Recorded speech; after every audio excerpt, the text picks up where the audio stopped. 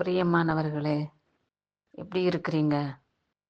கிறிஸ்துவின் நாமத்தினாலே நாம் அனைவரும் நன்றாயிருக்க இயேசு விரும்புகிறார். அவருடைய விருப்பத்தின்படி அவருடைய நாமத்தினாலே நாம் அனைவரும் நன்றாயிருக்கிறோம் அல்லவா? இயேசு கிறிஸ்துவின் இரக்கமுள்ள நாமத்தினாலே இந்த நாளுக்கு ஏற்ற நிம்மதியும் சமாதானத்தையும் சந்தோஷத்தையும் கர்த்தர் நமக்கு கொடுத்து நம்மளை காத்து ரட்சிக்க அவர் நம்மோடு கூட இருக்கிறார். அவருடைய மகிமுள்ள கரம் நம்மளை வழிநடத்துகிறது. இந்த பொல்லா உலகிலே ஒரு நாளை கடந்து வருகிறது பெரிய ஒரு பாக்கியமாக காணப்படுகிறது. இந்த நாளை கர்த்தர் ஆசீர்வதித்தருளும்படியாக அவருடைய நிழலிலே அவருடைய செட்டைகளின் கீழே நம்மளை மூடி மறைத்து பாதுகாத்து ரட்சித்தருள வேண்டும் என்று அவர் அண்டையிலே நாம் சேருவோம். உலகத்திலே பார்க்கும் பொழுது எத்தனையோ விதமான தீங்கு மனிதனை ஆட்கொள்கிறது. இப்பொழுதுதான் நன்றாயிருந்தார்கள், இப்பொழுதுதான் பார்த்தேன் என்று வியந்து தியங்கத்தக்க ஒரு ஆபத்துகள், தீங்குகள், துக்கங்கள் மனிதனை மூடிக்கொள்கிறது. ஆனால் நம்மையோ கர்த்தராகிய இயேசு கிறிஸ்துவின் இரத்தத்தினாலே கர்த்தர் நம்மை மூடி மறைத்து பாதுகாத்து ரட்சிக்கக்கூடிய தேவனாக இருக்கிறார். நாம் அவரை அண்டிக் கொள்கிறது அவருடைய சுத்த கிருபைதான். நாம் கர்த்தராகிய இயேசு கிறிஸ்துவை துதிப்பதே நம்மளுடைய பாக்கியம். விக்கிரகங்களுக்கு நாம் அடிமைப்படாதபடி, சாத்தானுடைய தீங்கு நம்மளை தொடாதபடி அவர் நமக்கு காவலாளியாய் இருக்கிறாரே. அவர் நம்மை அழைத்திருக்கிற தயவுக்காக அவரை நாம் ஸ்தோத்திரத்தினாலே மகிமையினாலே நிரப்பி காத்து நம்மை அனுதினமும் பரிசுத்த பாதையிலே நடத்தி வருகிற தேவனை ஸ்தோத்திரத்தோடு கூட துதியோடு நாம் அவரை பின்பற்றுவோம். இந்த நாளிலே கர்த்தர் நமக்கு என்ன வார்த்தை கொடுத்திருக்கிறார் என்பதை நாம் பார்ப்போம். ஏசாயா 41 அதிகாரம் 9வது வசனம். நீ என் தாசன், நான் உன்னை தெரிந்து கொண்டேன் என்று சொல்லப்பட்டுள்ளது. நீ என் தாசன் என்றால் நீ என்னுடைய மகன், நீ என்னுடைய மகள், நான் உன்னை தெரிந்து கொண்டேன் என்று சொல்லும் பொழுது எவ்வளவு ஒரு ஸ்லாக்கியத்தை நாம் பெற்றிருக்கிறோம்.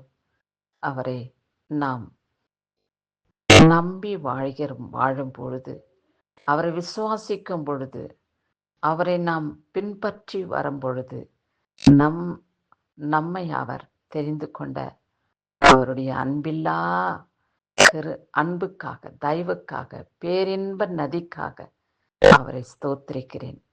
ஸ்தோத்திரிப்போம். ஸ்தோத்திரிப்பதே நம்மளுடைய பாக்கியம். இயேசு கிறிஸ்து நம்மை அழைத்து தெரிந்திருக்கிறார். என் மகளே, நான் உன்னை தெரிந்து கொண்டேன், திகையாதே, கலங்காதே.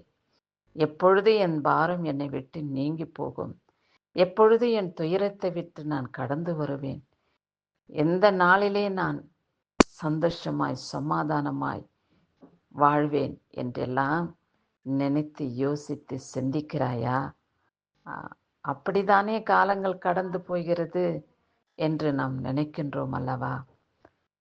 கர்த்தரை நம்பி இருக்கும் பொழுது இப்பேற்பட்ட வீணான சிந்தனைகள், வீணான யோசனைகள், நம்மை